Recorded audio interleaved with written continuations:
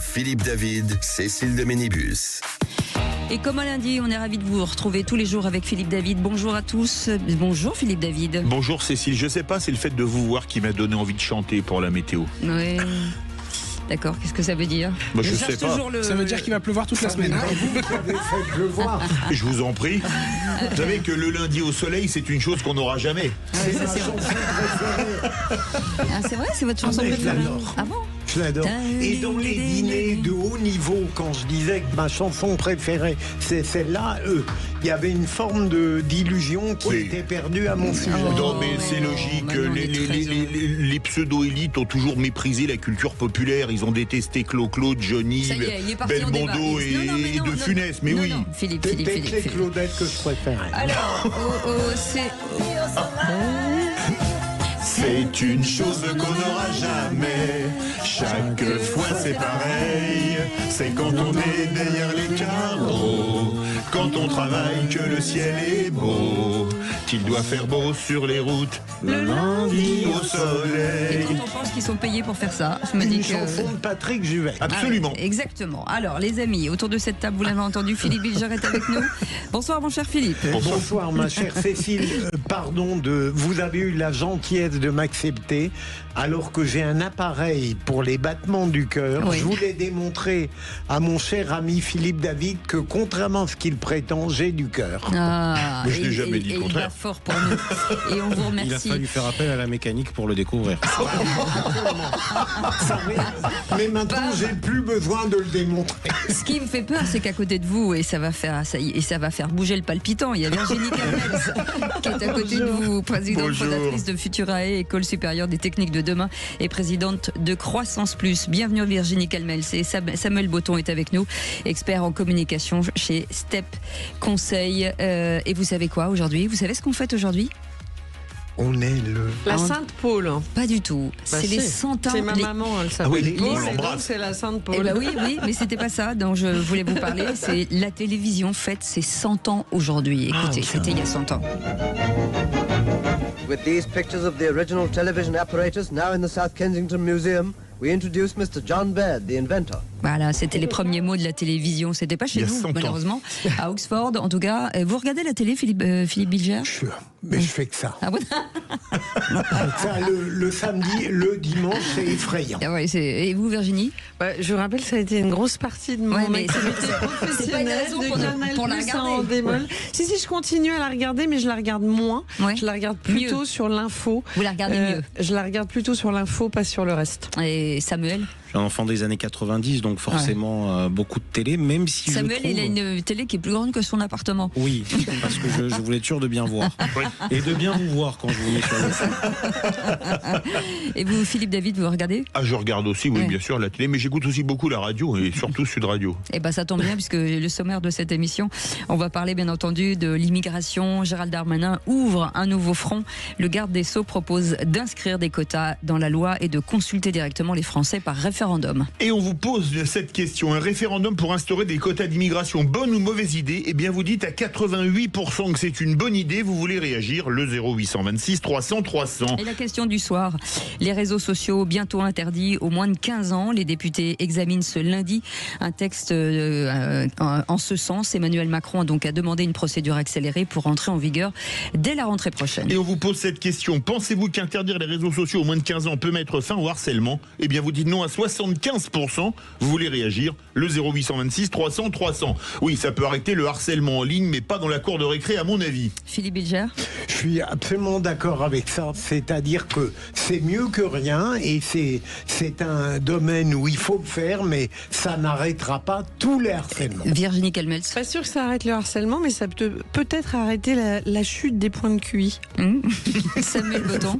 Interdire sans éduquer, et c'est une spécificité française, c'est ce qu'on fait sur à peu près tous les sujets, et celui-ci en est un. Et à 17h50, le bon Flavio, écoutez cette petite annonce. Quand je me dis qui scintille, j'adore celle-là. Eh bonjour, je vous appelle pour les pièces de 2 € à vendre. Toujours disponibles? Oui, Oui, toujours à vendre? oui, Mais il y a uniquement 200 pièces de 2 € à vendre. oui, Ok, donc vous vendez 400 € à 500 €. oui. Voilà, comme ça. Et visiblement, ça fonctionne. Hein. Allez, soyez les bienvenus, c'est le grand débat du jour. Combien ils sont ? Entre 600 000 et 800 000 immigrés irréguliers. C'est énorme. Parce qu'il faut arrêter aussi l'hypocrisie qui consiste à vouloir beaucoup moins d'immigration et en même temps de vouloir absolument qu'on donne des visas pour travailler dans l'agriculture, dans le BTP ou dans la restauration. Donc si on veut un débat qui consiste à dire par exemple une suspension de l'immigration pendant 2-3 ans, la contrepartie, c'est qu'il y ait une augmentation des salaires pour que les métiers qu'aujourd'hui, ce que Marx appelait l'armée de réserve, que les étrangers font à très peu de frais, ce soit les étrangers en situation régulière ou les Français qui le font. Donc ça veut dire que pendant 3 ans, on arrête le cours de l'immigration régulière. Donc le regroupement familial, l'immigration de travail, par exemple. C'est une grande mesure.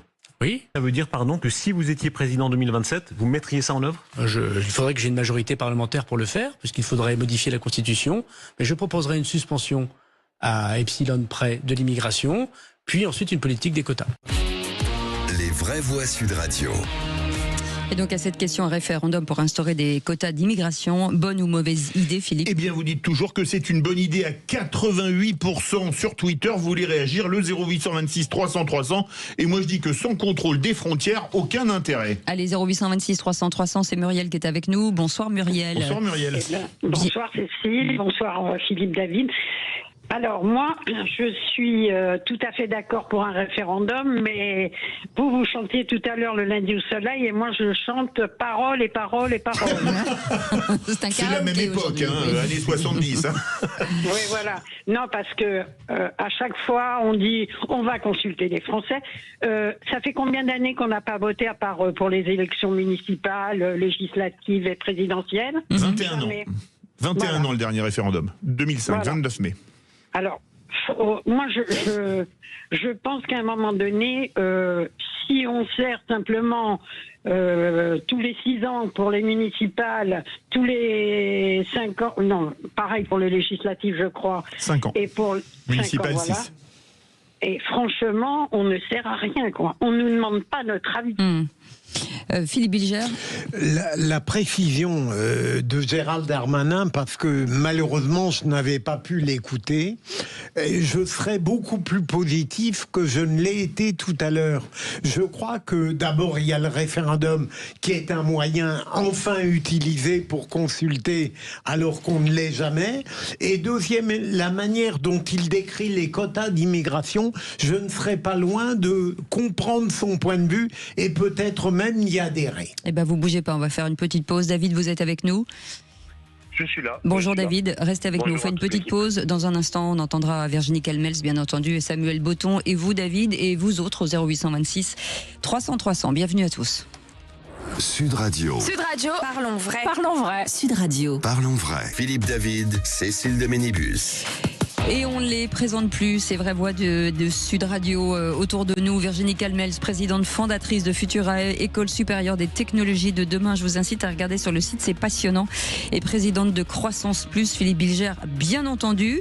Et Samuel Botton, expert en communication chez Step Conseil, et Philippe David, bien entendu. Et nous revenions, bien entendu, sur cette question du soir, sur pensez-vous qu'interdire, non pas du tout, un référendum pour instaurer des quotas d'immigration, bonne ou mauvaise nouvelle? Bonne idée. Je vais y arriver. Oui, c'était une nouvelle qui est tombée hier soir. C'est une nouvelle. Est-ce que pour vous c'est une bonne ou mauvaise idée? C'est désormais une bonne idée à 82%. Vous voulez réagir? Le 0826 300 300. Et nous étions avec Muriel il y a quelques instants qui nous disait très bonne idée, mais comme d'habitude, ça n'ira nulle part. Muriel, vous êtes avec nous. David est avec nous aussi de Saint-Gaudens. Bonsoir David, bienvenue. Bonsoir Cécile, bonsoir Philippe et bonsoir à vos invités. Qu'en pensez-vous de cette proposition? Moi, il me tarde la ministre des Sports qui nous propose le référendum Tamac ou Jalibert et le ministre de l'Intérieur qui nous propose, qui demande aux Français s'ils sont pour ou contre la lutte contre le narcotrafic. Oui. Non, M. Darmanin, encore une fois, nous prend pour des imbéciles, excusez-moi le terme. S'il est courageux et qu'il pense que les quotas c'est la bonne solution, ben, il a qu'à faire passer la loi sans problème. Et que par contre, enfin, on est un politique qui ose poser la seule et vraie question aux Français, le seul et vrai référendum, qui va commander tout le reste. Est-ce que les Français souhaitent ou non retrouver leur souveraineté? Et tout le reste découlera de ça. Voilà, tout le reste c'est de l'enfumage et c'est du populisme de bas étage ou de la lâcheté. On va faire réagir David, la souveraineté avant tout, Virginie Calmels. Non, je pense que David résume bien le problème, c'est-à-dire qu'après il y a vraiment le chapeau qui peut effectivement déclencher un certain nombre de propositions. En revanche, là où je ne suis pas tout à fait d'accord avec ce qu'il vient de dire, c'est moi j'y suis plutôt favorable au quota d'immigration. Pourquoi ? Parce que l'avantage du quota, c'est que vraiment vous définissez les pays d'origine et surtout la qualification et pour faire quoi. Et on sait que malheureusement, quoi qu'il arrive, on va avoir un problème démographique et on a un certain nombre d'emplois qui ne sont pas pourvus. Donc là, c'est une immigration choisie et je pense que exactement. Et dans ce cas-là, elle est évidemment positif pour le pays parce que c'est vraiment pour pallier soit des manques de compétences dans certains métiers, soit dans certaines tranches d'âge, soit voilà. Le problème, c'est que jusqu'à présent, on a eu une immigration totalement désordonnée, non accompagnée de plus là. Gérald Darmanin faisait référence à toute l'immigration illégale. Donc c'est vrai que attention, les quotas n'empêchent pas de lutter contre l'immigration illégale, mais ça a au moins le mérite de pouvoir reprendre la main, je dirais, sur une politique d'immigration et d'aller vers de l'immigration choisie. Samuel Botton. On ne sera pas toujours d'accord, mais vous avez fait une super intro. Vous avez raison sur tout ce que vous dites et il faut maintenant rebondir sur le propos de Gérald Darmanin. Quand il dit on va stopper l'immigration et le but, c'est de faire en sorte que les métiers sur lesquels on a un problème soient mieux payés. Et je regardais l'interview hier et je me suis dit, mais comment peut-on dire une telle énormité et derrière se prononcer en disant je suis prêt à être président de la République en 2027 ? Une phrase comme ça, une analyse de ce niveau, ça montre que Gérald Darmanin est à peu près au même niveau que Marine Le Pen d'un point de vue économique. C'est-à-dire il n'a aucune connaissance de ce qu'est l'entrepreneuriat, il ne sait pas ce qu'est gérer une entreprise et je ne suis même pas sûr qu'il sache lire une fiche de paye, ce qui est dramatique quand on prétend au plus haut sommet du pouvoir et à quelque chose qui concerne tout le monde. La réalité, c'est qu'aujourd'hui, vous avez, parce que vous l'avez dit, effectivement, une immigration qui vient pallier sur certains métiers en tension et de manière illégale, des gens qui sont payés 50 € la journée, de la main à la main. Et ce sont des choses qui existent. Le problème, c'est qu'aujourd'hui, se dire on va stopper l'immigration et ça va permettre d'augmenter les salaires, mais c'est entièrement faux. On ne prend pas en compte les charges patronales, les cotisations salariales, les questions de mutuelles, les questions de retraite. C'est-à-dire aujourd'hui, même allez voir les employeurs, est-ce que eux vous diront oui, nous on est pour et on va pouvoir le faire. Donc ça sous-entend qu'il y a une remise à plat plus large de notre système social qui serait envisagée si on voulait aller dans cette voie-là, mais aujourd'hui, c'est simplement une déclaration à peu près vide de sens et inapplicable. Alors moi je suis d'accord avec ce que disait David. Vouloir faire des référendums sans souveraineté, ça n'a aucun intérêt. Alors je le rappelais dans mon intro, tant qu'on ne contrôle pas les frontières, ça ne sert strictement à rien. Pourquoi ? Parce qu'en France, rentre qui veut, comme il veut, quand il veut. On a des frontières où il n'y a aucun contrôle. Chaque fois que je passe des frontières, j'ai aucun contrôle. Et où on expulse personne. Il n'y a qu'à voir le nombre d'OQTF. On est à peine, je crois, à 7% d'OQTF, obligation de quitter le territoire français, réalisée. En plus, on ne peut pas avoir la politique d'immigration qu'on veut, parce que l'Europe nous impose un quota d'immigration, et que si on ne le prend pas, on a de très lourdes amendes. Ça, c'est le premier point. Et troisième point, on ne peut même pas faire ce qu'on veut, puisqu'il y a la Convention européenne des droits de l'homme qui nous l'interdit. Je prends un exemple, Madame Mélanie a voulu envoyer ses clandestins vers l'Albanie, eh bien elle a été retoquée par la Convention européenne des droits de l'homme. Donc, tant qu'on ne reprend pas notre souveraineté, c'est David qui a raison, et souvent les David ont raison, que ce soit leur prénom ou leur nom de famille, c'est, vous me passerez l'expression, mais de la roupie de Sansonnet. Allez, 0826 300 300, Vianney est avec nous. Bonjour Vianney. Oui, bonjour. Bonjour. On vous écoute, bienvenue. Merci, là c'est la première fois que j'appelle. Eh ben je vous remercie. Vous êtes le bienvenu. Merci. Donc en fait, moi je trouve que c'est une bonne idée les quotas pour l'immigration. Après moi ce que je me pose des questions c'est sur le référendum, parce que qu'est-ce qui nous garantit que le référendum va vraiment être appliqué hein. Ouais, c'est ça. Bah oui, c'est toujours le problème hein. C'est le grand parce que depuis 2005 quand on nous l'a mis à l'envers, voilà. Donc pour moi, depuis 2005, déjà, on n'est plus en démocratie pour moi. Hein. Pour moi, je pense comme ça, depuis 2005, on n'est plus en démocratie. Parce que quand le peuple a voté non et que résultat, on est passé, ça a mis oui. Donc voilà. Donc, pour moi, on nous l'a mis à l'envers. Voilà quoi. Alors c'est une plaie ouverte jusqu'au prochain référendum où il faudra appliquer ce que vous demandez les Français. Il y a un moment tout de même où malgré les déconvenus, on est obligé de faire confiance à la démocratie parce que sinon on ne ferait jamais rien de ce qu'on souhaite. Mais je trouve que la crainte est réelle. Et deuxième élément, je vais très vite, Cécile, je trouve ce que vous avez dit, Virginie, est très exact. J'ai l'impression que lorsqu'ils ont proposé une lutte radicale contre l'immigration, mais en disant on va permettre à certains métiers de venir, on a eu l'impression d'une incohérence. Avec le système de Gérald Darmanin, si j'ai bien saisi, on n'aurait plus cette impression. Ce serait structuré et organisé. Oui, mais c'est déjà ce qui se passe d'ailleurs au Canada. Voilà. Donc en fait, ça a été dans des projets politiques passés qui n'ont pas gagné. Mais on sent quand même que ça va être au cœur de la campagne de 2027, qu'il y a un sujet immigration et que les uns et les autres vont proposer des choses en essayant de se différencier. Ce qui est quand même très nouveau là dans le propos de Gérald Darmanin, c'est qu'il propose carrément un moratoire. Oui. Un moratoire pendant 2 à 3 ans, ce qui, alors là, pour le coup, pose tout un tas de questions de faisabilité, mais il ne parle des quotas qu'après avoir complètement ralenti, voire quasiment stoppé l'immigration. Voilà, donc pendant c'est 2-3 ans. à la fois intéressant, mais on sait que c'est pas les quotas qui vont permettre de répondre à cette problématique, c'est d'autres moyens qui là ne sont pas évoqués. Mais on sent que Gérald Darmanin est en train de dérouler un projet politique présidentiel. Il n'y pense pas qu'en se rasant, ça c'est clair. C'est clair. Ouais, en tout cas, sa campagne présidentielle, bon, est-ce qu'il va vraiment tenir? Parce que voilà, M. Macron, pareil, dans le droit de ses campagnes, il dit ce qu'il veut et après, une fois qu'il est élu, après il fait l'inverse. Ah oui, c'est pas fort. C'est pour tous les candidats, c'est comme ça. Non, Emmanuel Macron, il n'avait pas dit grand-chose. Ouais. En fait, c'est pas qu'il fait le contraire, c'est qu'en fait, on savait pas ce qu'il allait faire. Le contraire de rien, c'est quoi? Vous avez 4 heures. On savait pas trop ce qu'il allait faire. Samuel, reste avec nous, Vianney. Penser à la présidentielle, c'est une chose, et penser à un programme cohérent, c'en est une autre. Donc là, je pense qu'on n'y est pas du tout. On a l'impression que personne n'est prêt autour de nous. Une question même plus large de référendum, est-ce qu'on n'a pas d'autres sujets à traiter plus importants que la question de l'immigration et de l'emploi? Je vais vous dire une chose, ça va aller très vite. Si Gérald Darmanin il venait à mettre ça en place, je peux vous assurer que dans les 3 semaines, il se mange les fédérations du BTP et des restaurateurs dans la tête et qu'ils vont lui dire maintenant on va arrêter, il faut reprendre parce que nous on n'arrive plus à bosser. Et il pliera probablement parce que face à certains corps de métier, on est obligé de plier. Ah, mais pas obligatoirement. Moi, j'ai l'impression que tous les sujets sont brûlants. Donc mais moi, je crois qu'il y a un problème qu'on a évacué un peu vite. C'est est-ce que le Conseil constitutionnel dirait oui à ce type de référendum? Et je peux vous dire qu'avec la composition actuelle du Conseil constitue, qui sera la même dans un an, le compliqué, le terme est faible. Un de nos auditeurs disait qu'il n'y avait pas forcément besoin de passer par référendum. Et il a raison.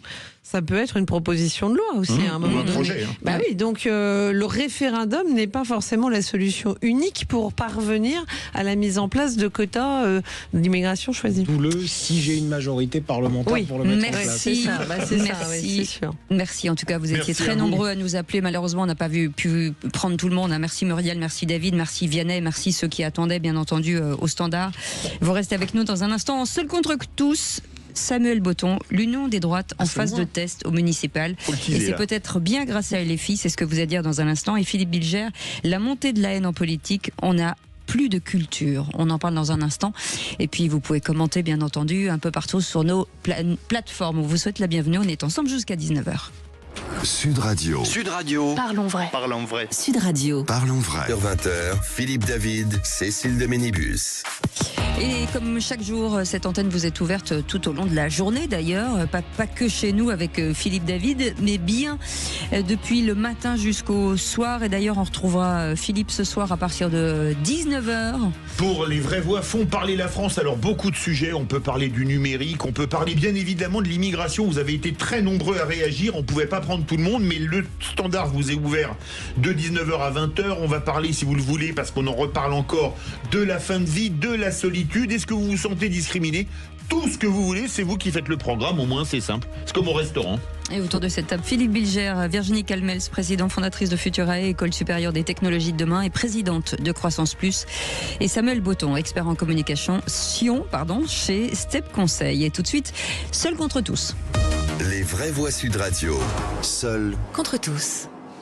Et on démarre avec qui Samuel Botton, tiens.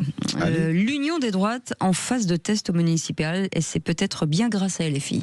Ça fait déjà quelques années, une bonne dizaine d'années, qu'on voit la fenêtre d'Overton se déplacer. Et là, j'ai l'impression que les municipales vont nous amener à la fin d'un chemin. On pourrait régler définitivement la question de l'Union des droites. Donc on a déjà Éric Ciotti qui a franchi le Rubicon il y a quelques mois. Et là, je vois les sondages. Alors moi, je m'intéresse aux grandes villes, forcément. Je vois qu'à Paris...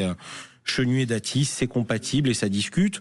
Je vois qu'à Marseille, Franck Alizio mène la danse autant que possible avec ses 31% et que le score de Martine Vassal se réduit de semaine en semaine.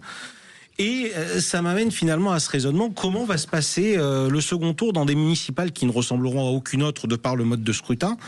Et surtout, finalement, comment LFI distribue le baiser de la mort à quelqu'un comme Benoît Payan sans avoir rien à faire. Je m'explique.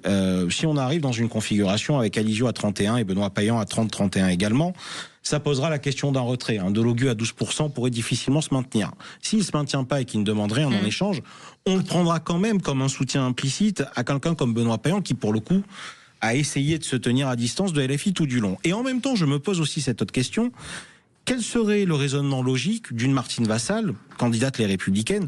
D'ailleurs, petit aparté, je ne comprends pas l'intérêt d'aller sur une municipale à Marseille quand on est présidente de département et qu'on fait la pluie et le beau temps sur les villes, dont Marseille, mais elle me l'expliquera à l'occasion.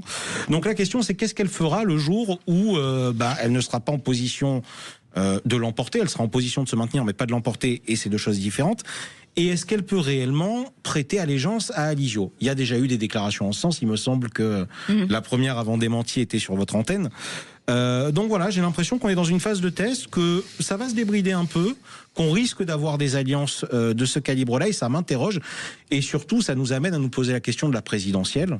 Est-ce qu'à un moment, cette union des droites, elle est applicable dans ce contexte? Philippe. Mon cher Samuel, votre thème, c'est donc de soutenir que l'union des droites se fait à l'heure actuelle dans beaucoup d'univers municipaux. Qu'elle est en train de se mettre en place et que les conditions se réunissent pour que le moment venu, entre les deux tours, de manière implicite ou pas, elles se produisent. Moi, je crois, je la souhaite, mais je crains d'être démenti par la réalité. Je crois certes, on en parle de plus en plus de l'union des droites, et vous avez raison de dire que dans certaines municipalités, elle se crée, on part de la base, et peu à peu, on abordera plus tard, en 2027, les problèmes qu'elle pose, mais je crains que ce ne soit pas demain encore qu'on osera aller au bout de l'union des droites, parce que il y a trop de divergences entre ceux qui la souhaitent et entre ceux qui n'en veulent pas et ceux qui y aspirent. C'est pour ça que je suis resté spécifiquement sur les 2-3 grandes villes qui sont vraiment les plus concernées. Allez, Virginie Calmels. Par rapport à ce que vient de dire Samuel, ce qui est intéressant, c'est pourquoi il y aurait une union des droites qui, pour le coup, n'a pas eu lieu, ou alors vraiment en épiphénomène dans quelques... Il y en aura sans doute au municipal. Mais c'est parce qu'effectivement, LFI fait tellement peur qu'au fond, il y a un moment donné où quand les choix vont devoir s'opérer et quand il va falloir que même des gens qui n'étaient pas favorables à l'union des droites choisissent, parce qu'on n'est pas loin d'avoir un second tour quand même, Le Pen ou Bardella face à Mélenchon. Et là, je peux vous assurer que l'heure du choix, elle va sonner. Alors, il y a des gens qui sont des adeptes du en même temps, du centrisme, du je dis pas pour qui je vais voter. Mais pour moi, là, c'est pas possible. C'est-à-dire que je pense qu'il y a un moment donné où il faut hiérarchiser et dire... dans une configuration comme celle-là, finalement, parce qu'on l'a vu avec le NFP, ils nous ont fait le coup, on se met ensemble, même après le 7 octobre, le PS s'est mis avec Mélenchon pour faire battre le RN. Mais il est possible que s'il y a Mélenchon au second tour de la présidentielle, les droites se mettent ensemble. Vous avez un déplacement du Front républicain. Pour dire, maintenant, on ne peut pas, dans notre pays, laisser gagner M. Mélenchon. Alors moi, je ne vais pas être totalement d'accord, loin s'en faut, justement, avec Samuel, parce que moi, je pense que l'union des droites, elle risque d'être compliquée parce que est-ce que le RN, qui est le parti hégémonique de ce côté de l'échiquier, va la vouloir? Et quand on voit que le RN est tiraillé en son intérieur entre ceux qui seraient prêts à le faire, voilà, comme Bardella, et Marine Le Pen qui ne veut pas le faire, je pense que ce sera une équation impossible. En revanche, je pense que dans certains cas, permettez que je cite une ville, la capitale de la France, Paris, je pense que les clins d'œil entre Rachida Dati et Sarah Knafo pourraient peut-être arriver à quelque chose, surtout que le candidat du RN, Thierry Mariani, est vraiment très bas dans les sondages, contrairement à Sarah Knafo qui monte, mais les sondages, comme disait Valérie Pécresse, ça va, ça vient, c'est comme la queue du chien. Merci beaucoup. On arrive à la fin de ce premier Seul contre tous. Philippe Bilger, vous dites que la montée de la haine en politique, finalement, on se dit que finalement on n'a plus de culture. Oui, alors c'est un grand bonheur que vous ayez inventé ce Seul contre tous, parce qu'il permet parfois de mélanger son intérêt personnel avec le destin de la France. Parce que je pense profondément que cette manière dont la haine devient un mode d'expression presque banal dans la vie politique et dans les rapports entre élus ou non élus est véritablement la manifestation d'une classe politique qui a oublié ou qui n'a jamais compris, qui n'a jamais connu les humanités. Je pense que derrière cette haine, il y a une faillite absolue de la culture qui n'irrite plus les esprits, qui en réalité ne permet plus le doute, la distance, la compréhension, la contradiction intelligente, que derrière il n'y a plus véritablement de capacité humaniste de comprendre ce que veut l'autre pour éventuellement le contredire. Autrement dit, c'est parce qu'on ne sait plus ce que sont les humanités qu'on n'a plus d'humanité même dans la vie politique. Alors, moi, je suis pas d'accord avec Philippe Bilger sur un point. Je pense que de la culture, il y en a encore. Même si, alors, je mets tout de suite un coup de frein, la culture des hommes politiques d'aujourd'hui n'a plus rien à voir avec celle des hommes politiques d'il y a 50, 60, 70 ans, d'accord? Je suis pas intimement convaincu que tous sachent manier l'imparfait du subjonctif. Non. Mais est-ce que c'est ce qu'on demande à un homme politique? Non. Et il y a une chose qui a changé fondamentalement. C'est qu'aujourd'hui, les idées, je dirais limite, on s'en fiche. Ce qui compte, c'est la culture du buzz. Donc dès lors que vous avez la petite phrase qui va sortir sur Twitter, sur Facebook, sur LinkedIn, sur tous les réseaux sociaux, vous avez gagné. Et je crois qu'il est là le problème. Il y a encore des gens cultivés dans les partis politiques. Il y a aussi des incultes totaux. Ça, on est bien d'accord. Ce qu'il n'y avait pas il y a 50 ou 60 ans en général. Mais je pense que le drame, c'est la culture du buzz, la culture de l'instant, plus que le combat des idées. La voix de Virginie. Alors, pour avoir vécu dans des milieux différents, la politique de l'intérieur et le monde économique, moi, ce qui m'avait frappé, c'était vraiment un rapport d'étonnement, c'est que le monde politique, pour moi, c'est comme une famille dysfonctionnelle. Vous savez, on dit que c'est les gens... Non, mais vraiment, c'est même pas drôle, parce que c'est les enfants battus qui, paraît-il, battent leurs enfants. Et ben, le monde politique, c'est ça. C'est-à-dire qu'ils sont en train de reproduire ce dont ils ont souffert, et en parlant de cette violence, du manque d'humanité, eh bien, parce qu'ils en ont souffert, ils deviennent eux-mêmes les bourreaux de la génération d'après, et ainsi de suite. Pour moi, c'est vraiment l'observation d'une famille dysfonctionnelle où les gens qui ont été le plus agressés, qui ont subi le plus, ils considèrent normal de reproduire ça, et limite, vous devez faire vos classes, entre guillemets, en subissant et en passant par là, parce que sinon... C'est le bizutage, quoi. Et voilà, c'est un bizutage plus qui fait qu'après vous en êtes, quoi. Hein. Vous avez bien pris plein la figure, et là, du coup... Et vous savez de quoi on parle. Je sais de quoi on parle. vous pouvez, du coup, revendiquer de faire partie du club. Samuel Botton. Non, on a franchi une limite. Pourquoi? Parce que les institutions, de par les équipes de pouvoir à l'époque, ne sont plus en mesure de préserver les équilibres parlementaires. C'est-à-dire, si on était effectivement dans une configuration avec un bloc de droite bien clair autour d'un parti et un bloc de gauche bien clair, idem, comme on l'a connu dans les années 90 et jusqu'au début des années 2000, ça serait simple. Là, aujourd'hui, vous avez plein d'entités à droite, plein d'entités à gauche, chacune irréconciliable avec l'autre. On en est même dans des configurations où aujourd'hui, le PS et LFI, qui sont deux partis de gauche, passent plus de temps à se combattre eux qu'à combattre ce qui se passe à droite, à l'extrême droite. Donc forcément, après, sur la violence, elle a toujours existé, mais encore une fois, c'était les équilibres politiques qui permettaient de préserver ça. Hollande, en son temps, a même subi la violence dans son propre camp. Aujourd'hui, on parle d'assemblée éclatée. Les frondeurs sont les parents de ce qui se passe aujourd'hui. C'est-à-dire, on pouvait arriver avec une majorité, la perdre en cours de route, parce que chacun pense à son mandat en local et se dit, moi, si j'y vais avec telle étiquette, je repasserai pas derrière. Après, la violence, ça a toujours existé. Il faut la condamner, évidemment. Mais il n'y avait pas de caisse de résonance. Alors, ça pose une question. Qu'est-ce qu'on fait? Est-ce qu'on interdit les réseaux sociaux aux moins de 15 ans? Ou alors, est-ce qu'on laisse les chaînes d'information en continu et mettre 2 heures par jour pour être sûr qu'il n'y ait pas plus que nécessaire? Voilà. Et puis, l'argument qui consiste à dire que c'est pas seulement le vôtre, Samuel. Je connais quelqu'un que j'aime beaucoup, qui répétait ça souvent comme argument. Ça existait hier.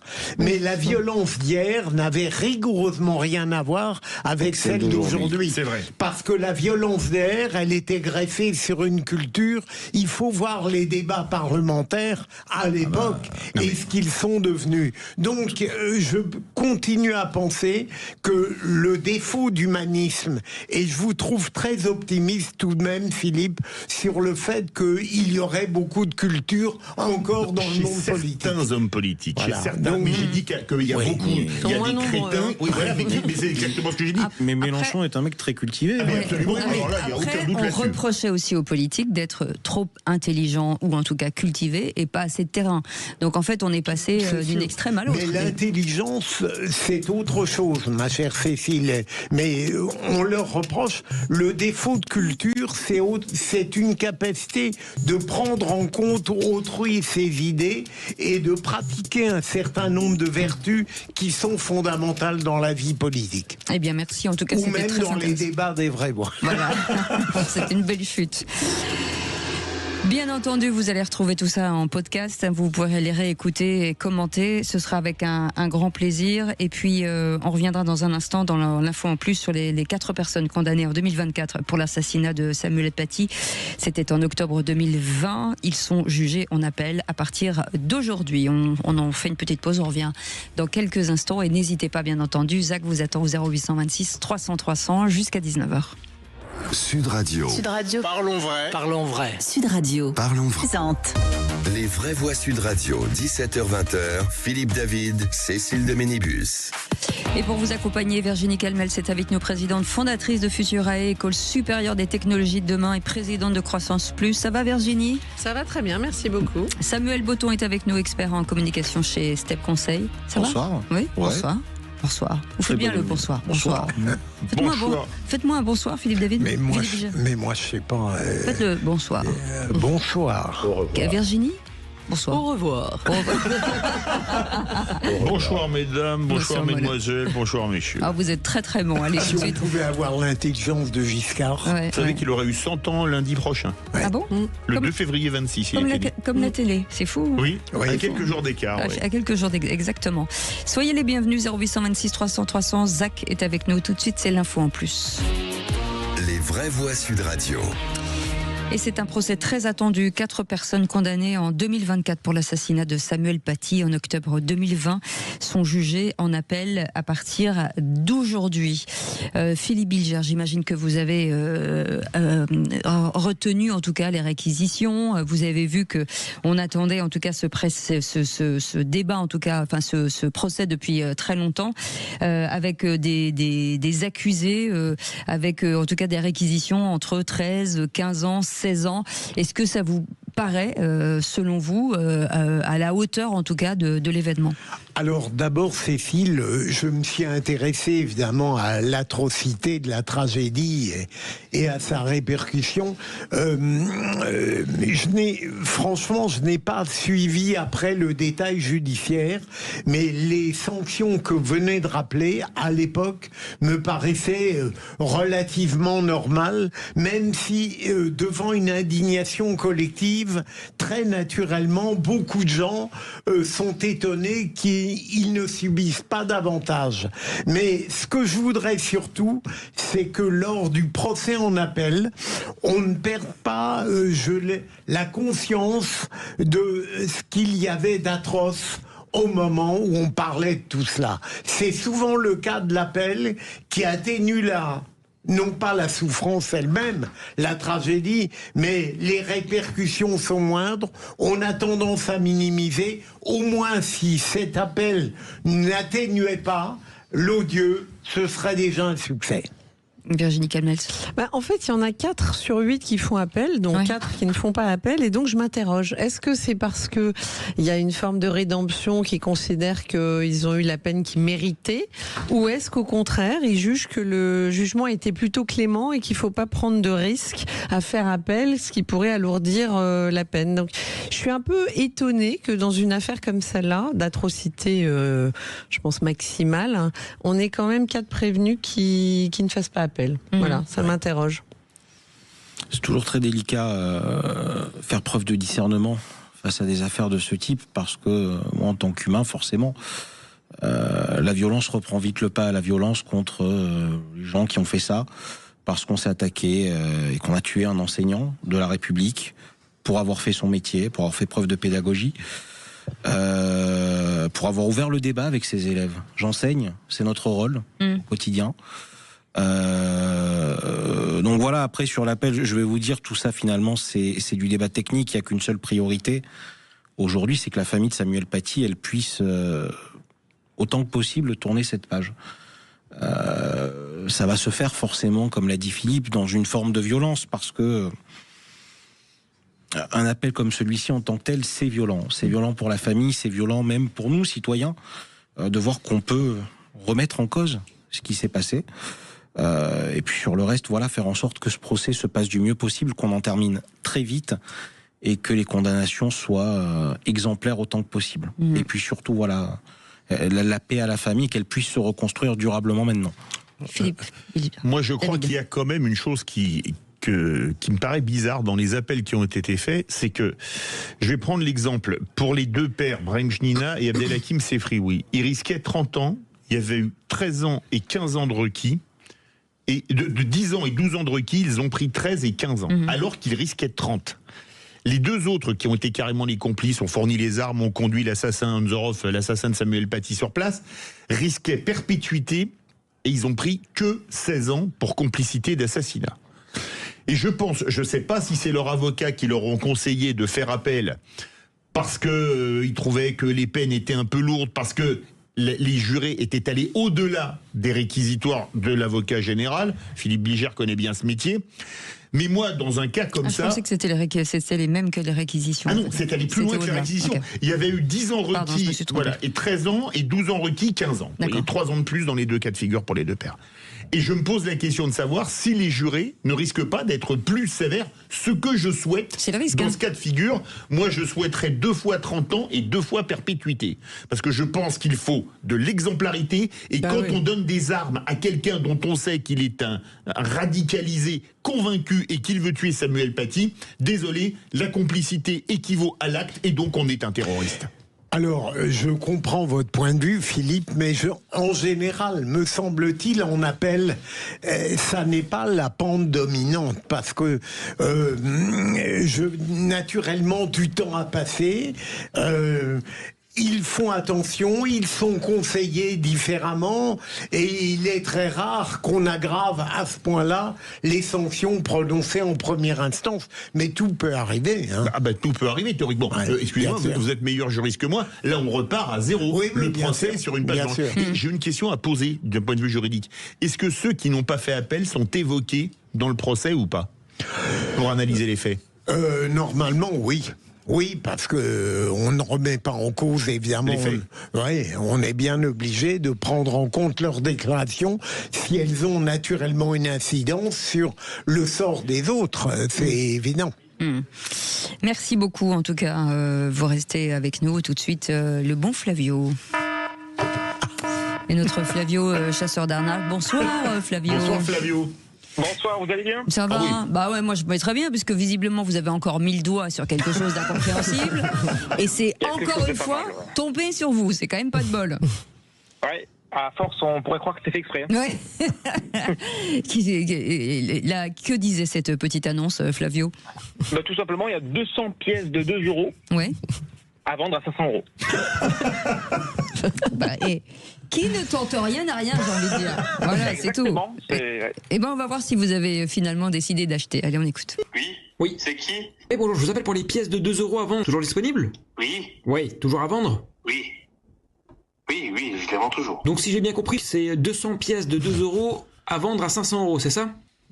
Oui, c'est ça, oui. Mais c'est pourquoi en fait? Parce qu'il y a des pièces qui sont peut-être rares, et du coup elles valent plus que 2 euros. Oui. Mais il y a uniquement 200 pièces de 2 euros à vendre. Oui, monsieur. 200 pièces de 2 euros. Oui. Ok, donc vous vendez 400 euros à 500 euros. Oui. Oui. Vous vendez 400 euros à 500 euros. Oui. Mais dans ces pièces, il est possible d'en avoir qui valent plus que 2 euros. Oui. Et comment le savoir? C'est le pari. En fait, c'est un petit peu comme les cartons. Les cartons perdus, là, les colis perdus. Oui. On achète. Et si ça vaut plus, tant mieux. Si ça vaut pas plus, tant pis. Oui. Je vous envoie 500 euros et vous m'envoyez 400 euros. Oui, c'est ça. Oui. Ouais, c'est pas mal, c'est... Bon, je vais quand même réfléchir et puis si jamais je vous rappelle. Hein. Oui, ok. C'est jamais, j'ai quelques appels, là. Oui. Ok, très bien, bon. Merci, bonne soirée. Ça va partir vite. Mais vous n'êtes pas un homme d'argent, Flavio, c'est pas possible. Mais non, c'est pas possible. Ça m'intéresse plus d'un. Oui, j'espère qu'il faut qu'il nous appelle, celui qui a acheté. Hein, vraiment, ça nous fera plaisir. J'ai une pièce de 2 euros. Oui. Je vous la donne, vous pouvez m'en donner 5. Est-ce qu'elle est espagnole, Philippe? Non, elle est allemande. Elle est allemande. Je crois qu'il se passe des trucs aussi sur les pièces de 2 en Allemagne. Ah oui, c'est une affaire en or, Cécile. Je vais vous envoyer Flavio, attention, faites attention. Et puis j'ai cru que c'était une erreur de frappe. Non. Oui, non, pas du tout. C'est totalement conscient. Et comme on dit, mon cher Flavio, en ce qui vous concerne, vivement demain, j'ai envie de dire. Exactement. Allez, on vous embrasse. Également, à demain. Allez, bisous. Allez, vous restez avec nous dans un instant. Le Flash Info, bien entendu, la météo et le coup de gueule de Philippe David. On pensait que le possible passage en force du Mercosur serait la pire provocation pour les agriculteurs. Eh bien non, on a trouvé mieux et en France, bien chez nous, vous allez voir. Eh ben, c'est dans un instant. Sud Radio. Parlons vrai. Sud Radio. Parlons vrai. Orchestré par Philippe Bilger, Virginie Calmels, présidente fondatrice de Futurae, cette école de supérieure de technologie de demain, et président de Croissance Plus, et Samuel Botton, expert en communication chez Step Conseil, avec Philippe David, bien entendu. Et c'est le moment peut-être pour vous de jouer. Hein ? Vous voulez jouer avec nous? Vous voulez gagner vos places pour le spectacle L'éveil des lanternes? Eh ben, ça tombe bien, c'est un événement situé à Barcarès. C'est une expérience immersive unique à passer en famille, inspirée par la tradition chinoise, ou entre amis, si vous voulez. Vous allez donc pouvoir remporter ce magnifique cadeau en envoyant un SMS. Vous écrivez SUD, S-U-D, vous l'envoyez au 7 20 18 par SMS. Et tirage au sort et tout ça. Vous arrivez à l'antenne, on dit oui, vous avez gagné, machin, avec qui vous allez partir, c'est formidable. On va vous envoyer Philippe David, Philippe Bilger, et tout ça. Et puis, ce sera, bien entendu, le bonheur absolu. En attendant, un peu de travail pour Philippe David. Les vraies voix Sud Radio. Le coup de gueule de Philippe David. Comme d'habitude, je vais remettre le clocher au milieu du village, un grand village, puisqu'il s'agit de Vincennes, connu en particulier pour son château, son hippodrome et son bois. Mais pourquoi Vincennes? Parce que c'est dans cette ville que se trouve le siège de l'OFB, l'Office français de la biodiversité, et qu'une nomination dévoilée ce week-end a fait couler beaucoup d'encre. En effet, Anne Lestrade a été nommée directrice générale de l'OFB en charge de la mobilisation de la société. Bref, si vous ne connaissiez pas cette énième agence d'État ou comité Théodule, comme vous voudrez, connue et reconnue en particulier pour enquiquiner les agriculteurs, vous voilà informé que l'OFB existe et qu'il y a même un service en charge de la mobilisation de la société. La plaisanterie pourrait s'arrêter là, mais en regardant le profil d'Anne Lestrade, on se pose légitimement quelques questions. L'intéressée a en effet été pendant des années responsable d'Europe Écologie Les Verts, parti dont elle a été secrétaire nationale adjointe. Le tout est résumé par le sénateur Laurent Duplomb, connu pour la loi Duplomb. figure de l'écologie radicale, proche de LV d'Extinction Rebellion, signataire d'un appel de collectif décroissant à une convergence antiproductiviste, soutien militant des soulèvements de la terre, de France Nature Environnement. Elle s'est toujours rangée du côté de tous ceux qui s'en prennent aux agriculteurs. Quand on voit les saccages et violences commises, entre autres, par les gens des soulèvements de la terre et d'Extinction Rebellion, en particulier à Sainte-Soline, on comprend mieux pourquoi cette nomination fait réagir le monde paysan. Il faut dire que cette nomination en pleine crise agricole, et alors que le Mercosur risque de passer en force sous la pression de l'Allemagne, n'est franchement pas la bienvenue. À croire que les braises du monde paysan sont si refroidies qu'on peut balancer des bidons d'essence dessus, ne reste plus aux agriculteurs qu'à se mobiliser pour tenter de faire annuler cette nomination destinée à mobiliser la société contre eux. Finalement, pour l'OFB, un mot venu d'Amérique du Sud me semblerait parfait. Afuera. Qui a nommé? Alors ça, j'ai pas trouvé l'info. Ah bah on aimerait bien savoir. Parce que là, ça m'intéresserait. Ah bah moi aussi, j'ai cherché en long, en large, en travers et j'ai pas trouvé. On a rarement vu. La personne se cache. On a rarement vu un tel gouffre entre la nature même de la nomination à faire et la personne qui va être nommée. C'est hallucinant. On a connu ça dans d'autres domaines. Mais parfois, le gouffre n'était pas aussi énorme. Mais là, c'est hallucinant. On a même eu il y a quelques années un objecteur de conscience, secrétaire d'État à la Défense, ce qui ça ne s'inventait pas. On dirait presque une provocation en fait. On a brièvement eu Bruno Le Maire, ministre des Affaires étrangères aussi. Voilà, c'est tout. Voilà. Mais lui, il aurait pu être bon. Cécile l'a dit, c'est une provocation. Moi, j'ai du mal à croire que ce soit pas autre chose qu'une provocation ou une volonté délibérée de montrer qu'au fond, malheureusement, il y a de l'entrisme. Il y a toujours des gens qui réussissent à rentrer par la fenêtre ou par la cheminée.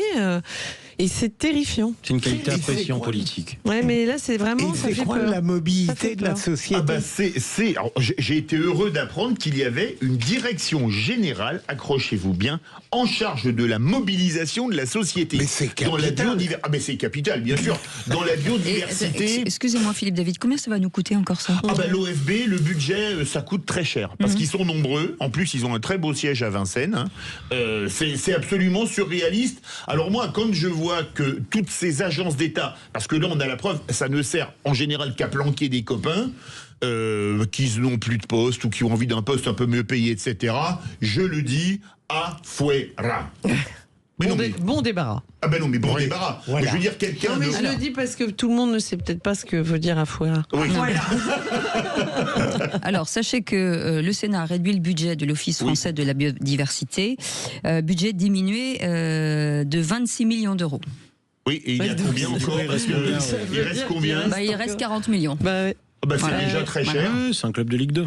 Tout de même, vous qui avez des qualités d'investigation remarquables, Philippe, le jour où vous connaîtrez le nom de la personne responsable d'une... Je peux vous dire que j'ai cherché, mais j'ai pas trouvé, et je vais essayer d'en savoir un peu plus. C'est honteux. Et ce jour-là, nous remettrons une seconde fois le clocher au milieu du village. Parce que ça peut pas être... C'est l'agriculture, c'est quoi? On ne sait pas. Est-ce que c'est le ministère de l'écologie, de l'agriculture, le Premier ministre? Que ce soit Annie Genevard qui fait cette... Ça m'étonnerait que ce soit Genevard, évidemment. On sait jamais. Non, je vous dis une bêtise, pardon. L'OFB disposerait en 2025 d'un budget de 584 millions d'euros. Oui, ça me paraissait un gros club de première ligue. 584, c'est un très bon club de Ligue 1. Non, mais voilà. Il n'y a que le PSG qui faut Et après, on s'étonne que les gens aient un renoncement au consentement à l'impôt. Voilà. Ils n'en peuvent plus. Imaginez que leur impôt sert à financer ce type d'organisme. 584 millions, vous savez ce qu'on peut faire avec 584 millions? Je trouve tout de suite, un porte-avions, vous le gagnez 40 ans, 20 ans d'OFB, vous faites un porte-avions complet équipé. Et le reste, vous payez le personnel. À l'éducation nationale... Non, mais à l'éducation, c'est pas d'argent qu'il y a besoin, c'est d'un changement de méthode. D'accord, d'accord. Non, mais c'est vrai. Un peu de moyens quand même. 584 sachant qu'on dépense déjà entre l'État, les régions, les départements et les communes, pour la santé, plus de 150 milliards. Je peux la santé? La santé, oui, là on peut. Alors, appelez-moi tout de suite la direction, je vais leur dire qu'on flèche tout à la santé. Voilà, bref. Je sais pas si ça fonctionnera, mais qui ne tente rien n'a rien.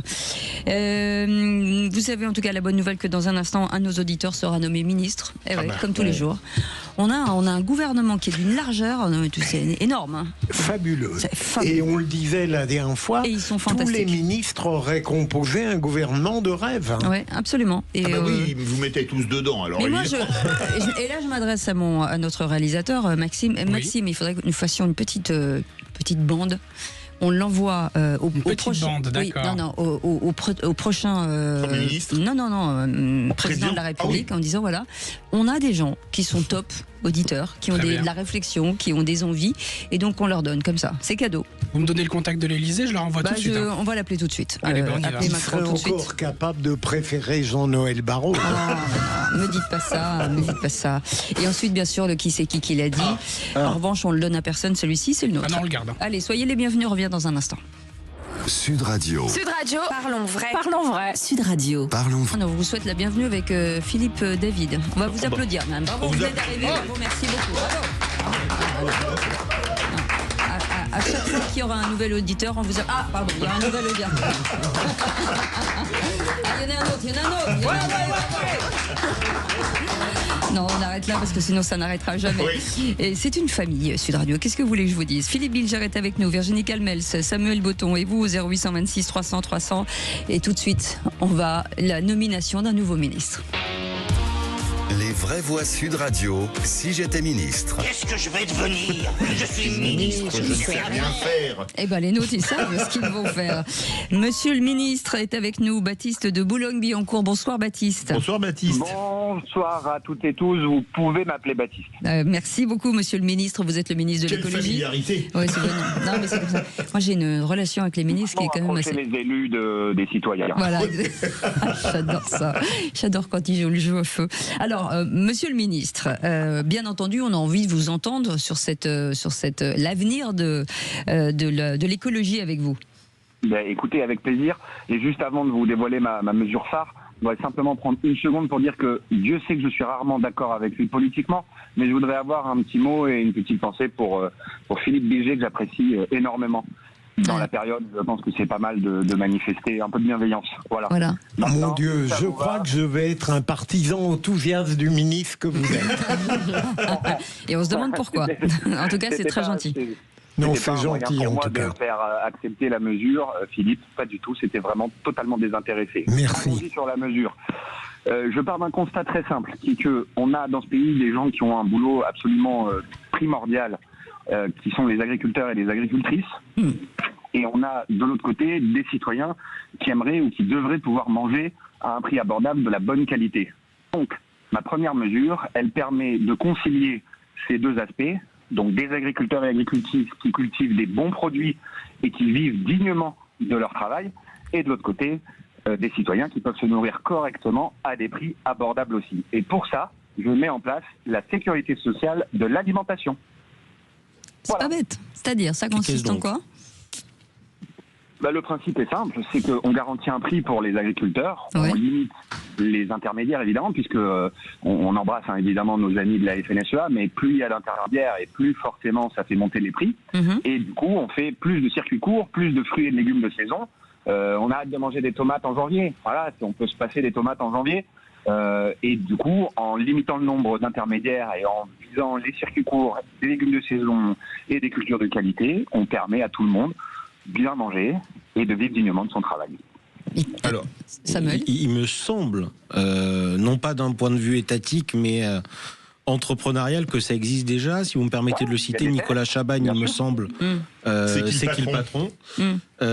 Ça a déjà été mis en place. Après, ça pose une autre question, mais beaucoup plus dramatique, Baptiste.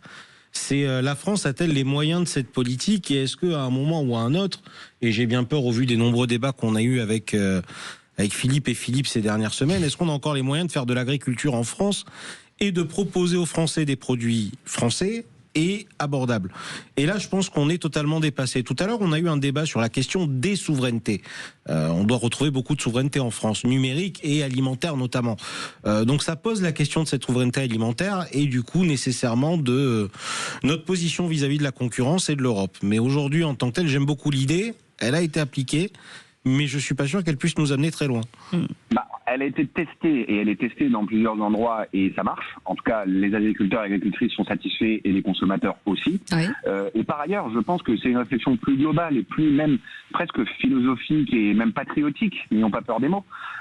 L'État, contrairement à ce que disait un ancien président de la République désormais condamné et définitivement condamné, l'État n'est pas une entreprise.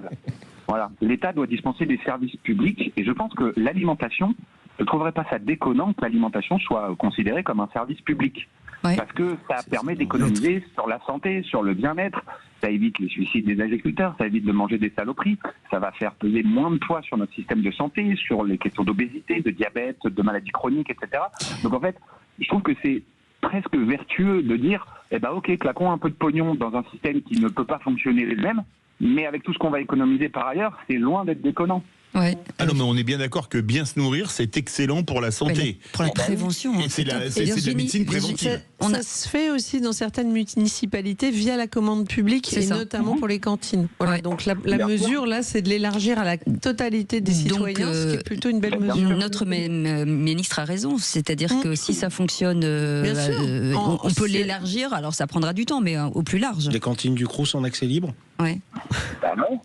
Je suis très sérieux quand je pose la question. Mais moi aussi, mais attendez, je suis désolé, mais on devrait pouvoir aider les étudiants et les étudiantes parce qu'on a aussi besoin qu'ils réussissent leurs études dans les meilleures conditions possibles. On a besoin de faire peser le moins de poids possible sur leurs études. Moi, j'ai eu la chance de faire des études avec des parents qui étaient capables de m'aider. Donc j'avais pas cette charge qui pesait sur moi. J'ai bossé évidemment pour payer mon loyer, etc. Mais j'avais toujours mes parents qui pouvaient m'aider en cas de gros soucis.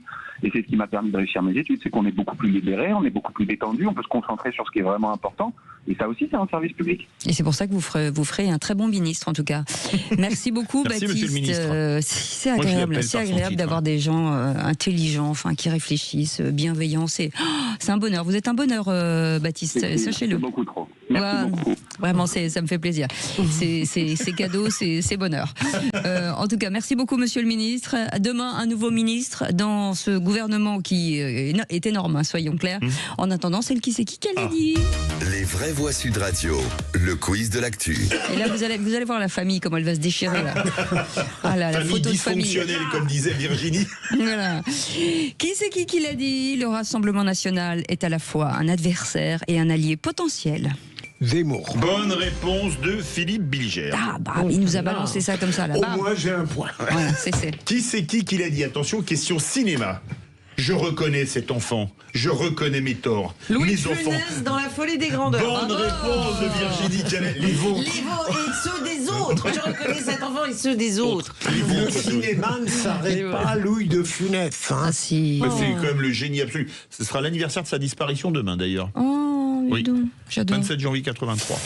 Qui c'est qui l'a dit? Quand on choisit de porter l'extrême droite au pouvoir, ce que l'on a, c'est le spectacle de Minneapolis. C'est un chef de parti. Mais petit parti. Non, allez, l'autre. Non. L'autre. Roussel. Non. Poutot. Non. Petit parti. Artaud. Non. Non, mais petit. Allié du PS. Il a une femme célèbre. Il a, pardon. Une femme célèbre. Une femme célèbre. Tiens. C'est pas. Ah, Glucksmann. Ben si, bonne réponse de Virginie. C'est place publique. Oui, place publique, c'est un petit parti. C'est vrai. Pas tous en même temps. Qui c'est qui l'a dit? L'égalité homme-femme est une condition indispensable à la réussite de la lutte contre le dérèglement climatique. D'abord, elle devrait dire femme-homme et non homme-femme. Oui. Aurore Berger. Non. C'est une femme politique, mais un peu retirée de la politique. Marlène même si elle aimerait bien y revenir. Bachelot. Non. Elle revient régulièrement tout le temps. Marlène Schiappa. Bonne réponse. Elle l'a dit avant vous. C'est parce que c'est Virginie, je ne dis pas. Non, mais elle l'a dit une seconde avant vous. Ségolène Royal, vous avez dit Voynet. Voynet. Non, c'est Ségolène Royal. Ah bon, donc j'avais. Il essayait de me piquer mon point. Mais là, je croyais. Non, j'ai dit Royal. Non, c'est indiscutable. Indiscutable. Qui c'est qui l'a dit? L'agriculture est toujours la variable d'ajustement des accords de libre-échange. Facile. Président du FMI. C'est Genevard, non? Bah oui, bonne réponse de Philippe Bilger. Philippe. Attention, c'est du cinéma. Vous voulez un whisky? Non, juste un doigt. Les inconnus, la cité de la peur. La cité de la la peur. La cité de la peur. Là, il a été un poil plus rapide. Au whisky, je l'avais. Voilà, je le dis en entier. C'est non, juste un doigt. Vous voulez un whisky d'abord, non? Eh bien, écoutez, Virginie Calmels, 3 points. Ouais. Philippe Bilger, 2 points. Ouais. Samuel Botton, qui, revenu du diable Vauvert, a sauvé l'honneur, 1 point. Donc bravo Virginie. C'est déjà fini, mais il n'y a pas assez de questions. Non, il n'y a pas assez de questions. C'est comme les fingers. Ils sont toujours trop petits les fingers, vous le savez. On vous le dit depuis tant d'années. Les amis, dans un instant, la question du soir. Le gouvernement donc accélère sur la législation des réseaux sociaux. Emmanuel Macron a demandé au gouvernement d'engager la procédure d'accélérer pour permettre une application à la rentrée prochaine. Bien sûr, on parle des réseaux sociaux. Pensez-vous qu'interdire les réseaux sociaux aux moins de 15 ans peut mettre fin au harcèlement? Eh bien, vous dites non à 87%, vous voulez réagir, le 0826 300 300. Venez nous le dire, Zach vous attend au standard et on sera ensemble jusqu'à 20h, 19h. Sud Radio. Sud Radio. Parlons vrai. Parlons vrai. Sud Radio. Parlons vrai. Cette semaine, écoutez le Grand Matin Sud Radio et ayez un temps d'avance en gagnant votre station météo connectée SW404 de Lacrosse Technologies, le leader français des données météo. 17h-20h, Philippe David, Cécile de Ménibus. Et comme vous avez visiblement apprécié cette émission, on va vous en donner encore. Avec Philippe Bilger qui est avec nous. Ça va mon Philippe? Très très bien. Et ce petit cœur, il bat? Il bat et par Virginie et moi, ne fait pas trop de bruit.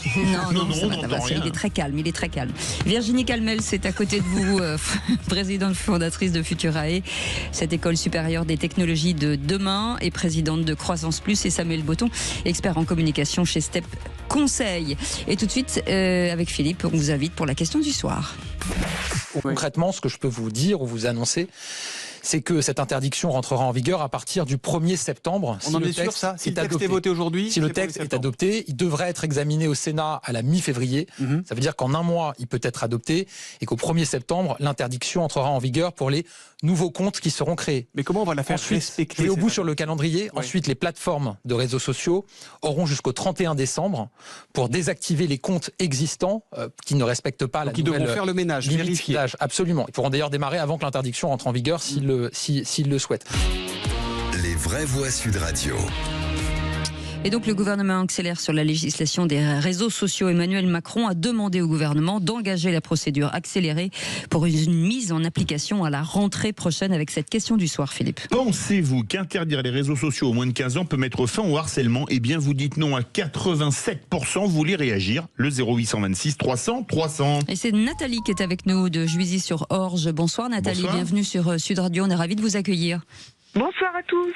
Bienvenue. Quel est votre avis? Est-ce que finalement interdire les réseaux sociaux aux moins de 15 ans peut mettre fin au harcèlement selon vous?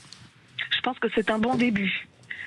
Il est tardif, mais il n'est jamais trop tard. Mais c'est un bon début, mais ça ne va pas suffire. Il faut rééduquer les parents. Et je pense qu'il faut montrer aux parents ce que les enfants voient sur les sites.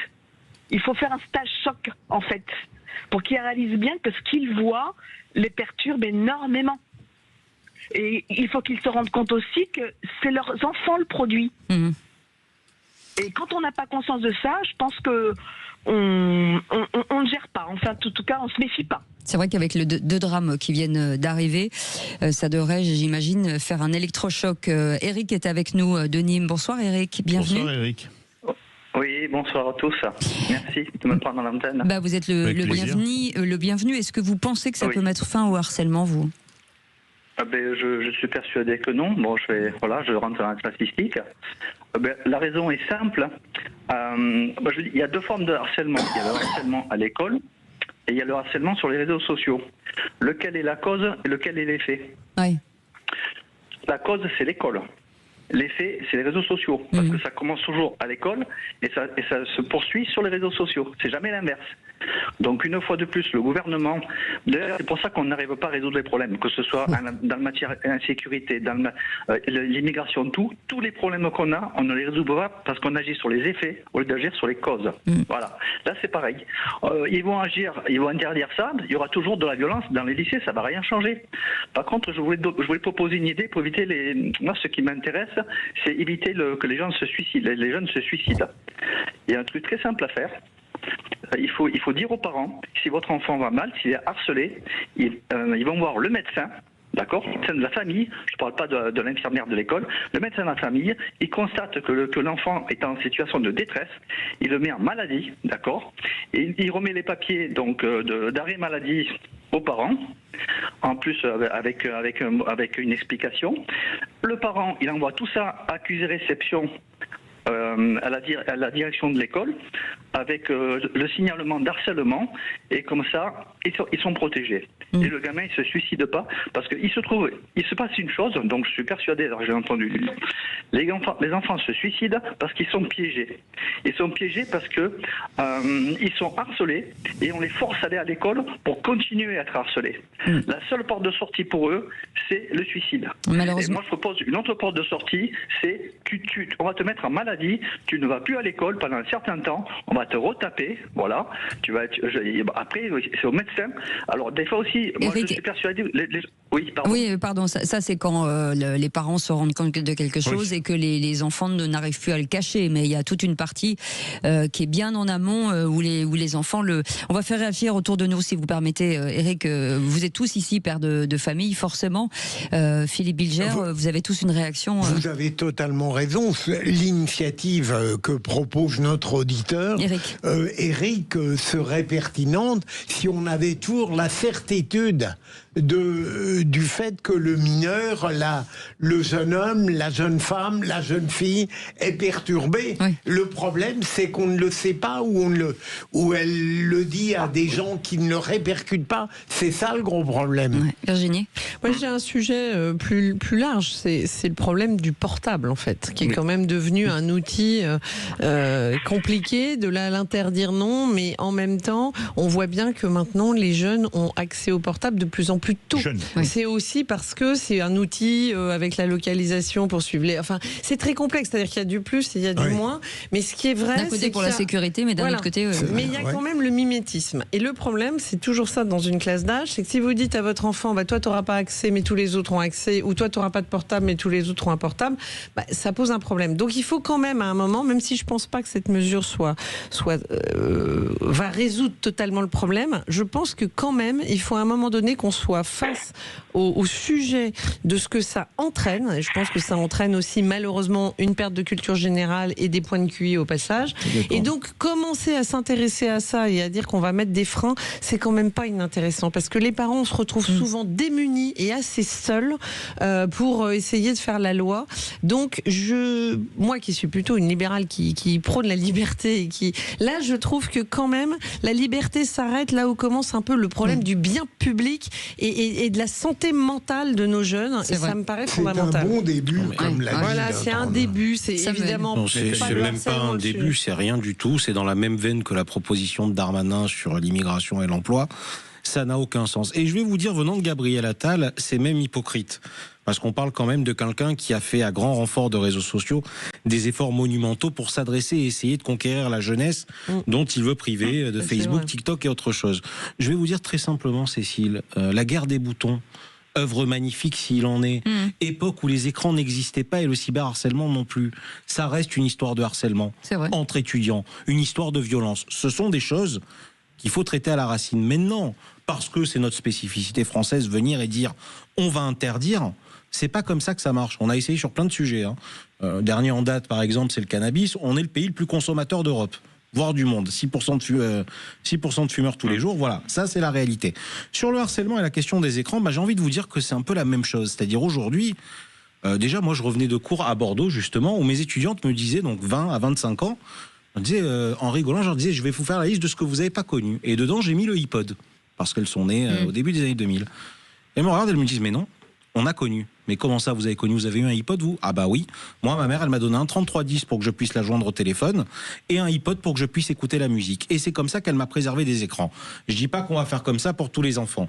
Mais vous voyez qu'il y a une génération de parents qui commencent déjà à se poser la question. Alors, je rappelle, le 3310, c'était un téléphone qui n'était qu'un téléphone. Que vous pouviez jeter contre un mur et récupérer intact. Que vous pouviez laisser sans charger pendant au moins une semaine. Mais bon, si vous avez moins de 20 ans, vous pouvez pas comprendre. Donc il y a ça. C'est un premier premier point. Et après, il y a la question des plateformes. On a eu le cas avec Kik récemment et la mort de Jean Pormanoff. C'est les contenus qu'on diffuse là-dessus. C'est quelle accessibilité il y a à ces contenus. C'est comment, pourquoi aujourd'hui vouloir interdire les réseaux sociaux aux moins de 15 ans. Mais c'est pas possible. Ça dépend même pas de la France. Ça dépend de la Commission européenne. On va faire quoi? On va dire, nous, France, il faut des pièces d'identité pour s'enregistrer. C'est illégal. À l'instant T, ça ne marche pas. Alors, moi, je crois que je suis d'accord avec Nathalie. C'est un premier pas. C'est pas la panacée parce que, désolé, le pire dans le harcèlement numérique, c'est qu'il n'y a pas de vacances. Les gamins, ils ont 2 mois de vacances d'été, mais certains sont harcelés via les réseaux sociaux, via les messageries en ligne, pendant toutes leurs vacances. Et c'est d'une violence absolument terrible. Mais je crois qu'il y a quand même, je le dis une chose, c'est déjà le moindre mal. Mais l'Australie a interdit les réseaux sociaux aux moins de 16 ans. Ça fait déjà quelques temps. Et j'ai vu un reportage sur l'Australie où ils interviewaient des profs, où ils interviewaient des élèves, où ils interviewaient des parents. Et a priori, il a fallu que ça se mette en place, mais bon an mal an, c'est arrivé à pas trop mal marcher. Donc comme je pense que les Français sont pas plus idiots que les Australiens, ça devrait pouvoir marcher. Eh oui, en Australie, ça s'est un peu déplacé quand même. Hein. Ils sont allés sur Snapchat, par exemple. Bon. Nathalie, mais c'est un premier pas. Nathalie, oui. Vous y réagissez? Oui, ils se sont déplacés, mais en réalité, il faut sensibiliser les parents. Il y a une pression sociale sur nous, très forte. Puisque si les uns l'ont et que d'autres, nos gamins ne l'ont pas, bien sûr, nos gamins vont faire pression pour l'avoir. Donc il faut être fort. Là, évidemment, ils m'ont demandé Snapchat, j'ai dit non. Ça a chouiné. Mais à partir du moment où j'ai pas, comment dirais-je, fait accès à ce besoin-là, ou à cette addiction, ils ont chouiné, mais je m'en porte pas plus mal. Oui, mais de toute façon, maintenant, si une loi passe, ce sera facile de dire, c'est la loi, c'est comme ça, c'est tout. Et moi, je ne comprends pas, je ne comprends pas qu'il y ait le téléphone à l'école. Pour moi, ça devrait être, vous rentrez avec votre portable, vous le mettez dans un casier, vous n'avez plus de téléphone. Alors, c'est pour ça que ça ne marche pas. C'est parce qu'ils disent, ah oui, mais on va pas avoir autant de casiers que d'élèves. Donc, j'ai encore discuté il y a pas longtemps avec un directeur d'établissement qui me disait, ah bah non, moi je peux pas parce que je vais pas faire 1000 casiers et on va avoir des problèmes de vol et on va avoir des problèmes de casse. Ce qui me paraît bizarre parce qu'on pourrait faire une boîte par classe et du coup mais Virginie, il y a des solutions. Les directeurs vous mettez des brouillards, mais oui, mais il y a des solutions en place dans ce sens-là avec des pochettes qui sont données aux étudiantes en plastique, qui sont déverrouillées en fin de journée, les ondes ne passent pas, le téléphone est enfermé, on n'en parle plus. Mais bon, après, je vais vous dire, il y a beaucoup de chefs d'établissement qui veulent bien sûr, mais même plus largement que ça. Oui, mais ils préfèrent quoi? Que les élèves se pendent? C'est ça qu'ils préfèrent, en fait. À un moment donné, il faut que si la machine peut fonctionner, si ça fonctionne de tous les côtés. Mais je suis d'accord. L'éducation nationale, les familles... Je suis totalement d'accord et je pense que ce serait formidable de pouvoir déposer le portable et le reprendre parce qu'une fois encore, aujourd'hui, un portable, c'est un outil de localisation, de paiement, de transport. Oui. Il y a le pass Navigo. Mais sinon, on reprend le téléphone, comme à l'époque, un téléphone qui n'a pas accès à Internet. C'est juste un téléphone pour téléphoner, point final. Voilà, c'est tout. L'histoire, elle est réglée. Et prévenir papa-maman, je vais avoir un peu de retard parce que le métro est en panne, etc. Il y a eu une grosse remontée de old school du côté de BlackBerry. Et pour le coup, arrêter la production. Et des parents ont aussi fait le choix de ces téléphones-là pour l'écriture, du fait du clavier et des touches, et les pousser à écrire mieux. Et surtout parce que ça limitait la question des vidéos et d'autres choses. Moi, je pense que, mais quand des enfants meurent, il y a un moment donné, il y a une urgence absolue. Et à ce moment-là, il faut que tout le monde s'y mette. Parce que ça veut dire qu'il y en a d'autres qui vont arriver. 2, là, dernièrement. Enfin, il y a un moment donné, il faut y faire stopper ce truc. Il y a tout de même la terrible, je vais pas me faire bien voir, fragilité psychologique des jeunes d'aujourd'hui. Mais oui, mais peut-être justement. Et des parents qui ont lâché l'affaire aussi. Vous aviez raconté de manière très émouvante ce que vous aviez vécu. Moi, dans un collège, je n'étais pas véritablement harcelé, mais j'ai été insulté en permanence par des... il me semble que cette génération était plus coriace, peut-être. Oui, mais à une différence près, c'est qu'à l'époque, vous faisiez harceler dans la cour de récréation ou devant le collège. D'accord. Aujourd'hui, comme je le disais, avec le numérique, c'est le jour, c'est la nuit, c'est le week-end, c'est les jours fériés, c'est les vacances. Et c'est ce qui est terrible. Et moi, ce que j'ai du mal à comprendre, mais peut-être que Eric et Nathalie, qui nous ont appelés au 0826 300 300, on va d'ailleurs en débattre à partir de 19h dans Les Vraies Voix font parler la France, c'est que quand vous avez quelqu'un qui vient voir... Et on a fait un débat sur le harcèlement, un ancien harceleur a parlé. Et il a dit, moi, le gamin que je harcelais, son père est venu chez mes parents, mon père m'a pris entre 4 yeux, et il dit, il n'a jamais levé la main sur moi, et ça s'est arrêté tout de suite. Oui, c'est pour ça que le rôle des parents est important. Le rôle des parents du harceleur, dès lors qu'ils sont au courant, regardez est vital. Comme c'est compliqué dans une école de dire mon fils ou ma fille est harcelé par ce petit garçon. Regardez comme c'est compliqué. Où les profs minimisent en disant mais non, mais vous pensez que pas... Mon mari est là-haut.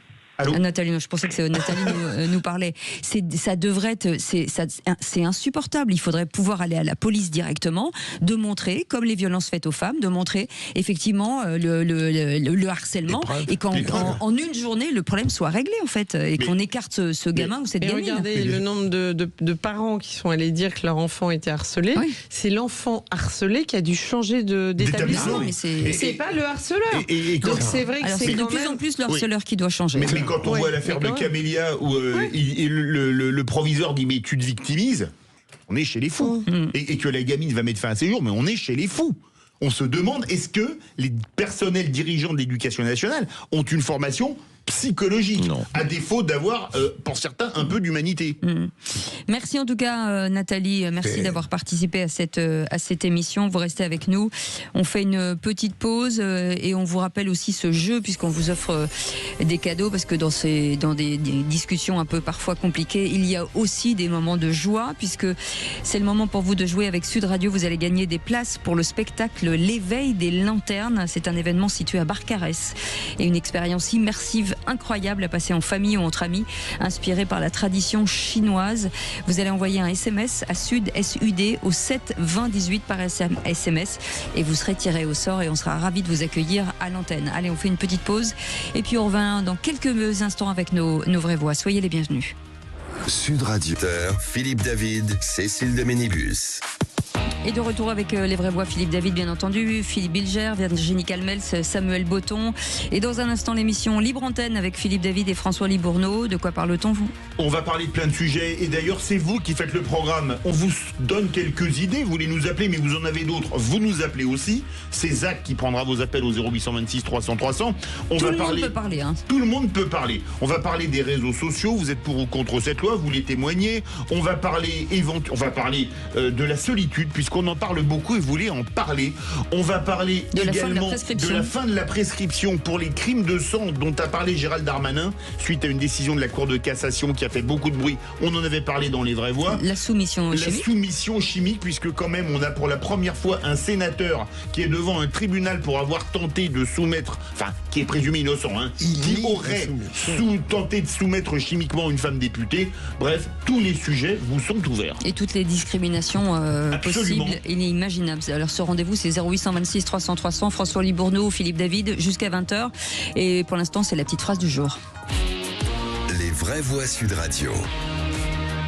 Naïma Mouchou, ministre des Outre-mer, au micro de Jean-François Achilly, c'était ce matin dans l'invité politique. C'est la politique de la fracture, monsieur Mélenchon. Oui. C'est la politique de la division. C'est la politique qui consiste à attiser la haine. Pour quelques voix encore, c'est le calcul cynique, effectivement, de LFI qui consiste à dire on va aller prendre des voix dans les quartiers et donc on va jouer sur le ressentiment d'une partie de la population pour essayer d'accéder au second tour de la présidentielle.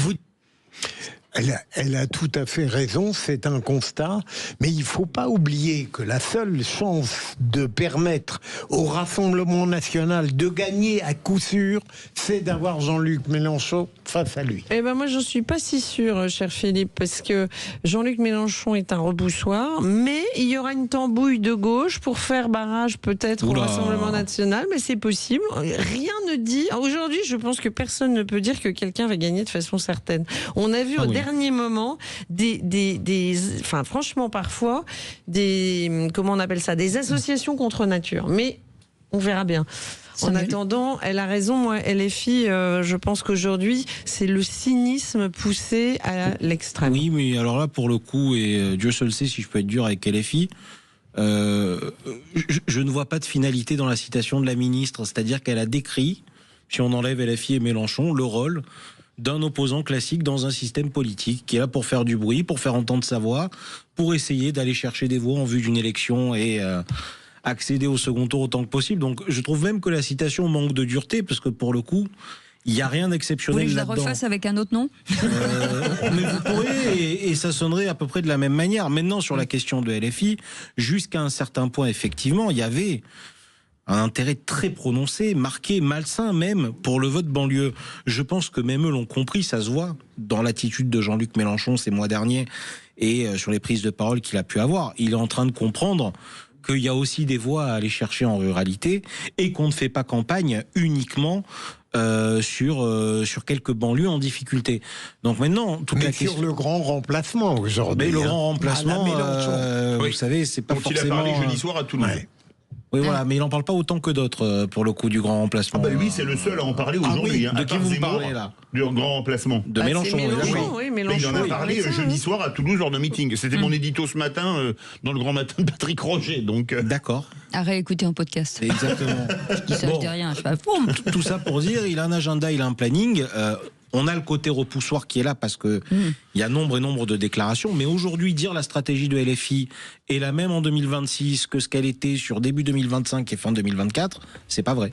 Non mais moi je crois qu'il y a quand même une vérité, c'est qu'entre les propos de ceux qui disent qu'il faut voter pour les gens qui ont la même couleur de peau que vous, etc., je pense que là on est totalement hors des valeurs de la République et de l'universalisme républicain.